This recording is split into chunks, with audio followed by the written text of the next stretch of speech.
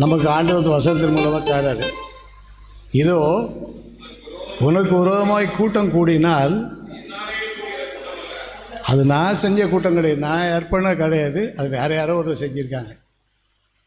என்னால் கூடுகிற கூட்டம் அல்ல. இதில் நமக்கு ஒரு தெளிவு இருக்கணும். அப்புறமா அந்த கூட்டத்தை பற்றி ஆண்டவர் என்ன செய்வாரா, எவர்கள் உனக்கு விரோதமாய் கூடுகிறார்களோ அவங்க உன் பட்சத்தில் வருவார்கள். அல்லேலூயா. ஆதியாகமத்தின் புஸ்தகத்தில் 26வது அதிகாரத்தை எடுத்து வாசித்து பார்க்கும்போது ஈசாக்கை கர்த்தர் அதிகமாக ஆசீர்வதிக்கிறார். வாசிப்போம். ஏசாயா ஆதியாகமம் 26வது அதிகாரம் 12வது வசனம்.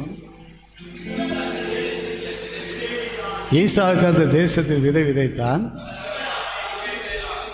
கர்த்தர் அந்த ஈசாக்கை ஆசீர்வதித்ததுனால 100 மடங்கு பலம் கிடைச்சி ஆண்டவர் ஆசீர்வதித்தார். அந்த ஆசீர்வாதம் வந்த உடனே ஓத்திரமும் வந்துடுச்சு. வந்த உடனே என்ன நடக்கு பாருங்க. அதுக்கு அடுத்த வருஷத்துக்கு அடுத்த வசனம்.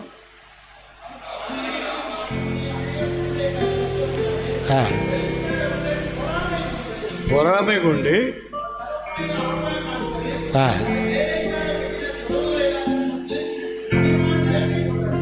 வெட்டின நீரூற்றுகளெல்லாம் மண்ணை வச்சு மூடி போடுவது தான். ஏன் இதை செய்தாங்கன்னு சொன்னால் பொறாமை. எவர்கள் உனக்கு விரோதமாகி கூடுகிறார்கள், என்னால் உண்டான கூட்டம். இது ஆண்டவர் ஏற்பாடு பண்ணலை, இது சாத்தான் ஏற்பாடு பண்ணியிருப்போம். அவங்கவுங்க சுயம் நடந்துக்கிட்டு இருக்கும். ஆனால் ஆண்டவர் தலையிடுவார், கட்டாயம் தலையிடுவார்.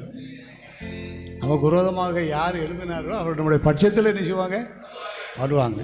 ஈசாக்கு பல வழியில் தொலைப்படுத்துகிறாங்க. அடுத்த வசனத்தை வாசிக்கும்போது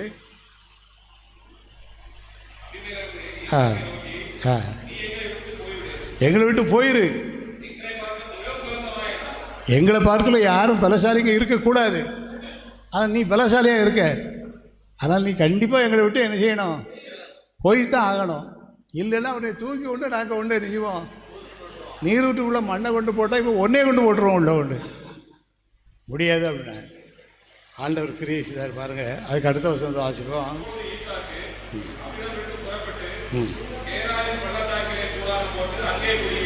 ம்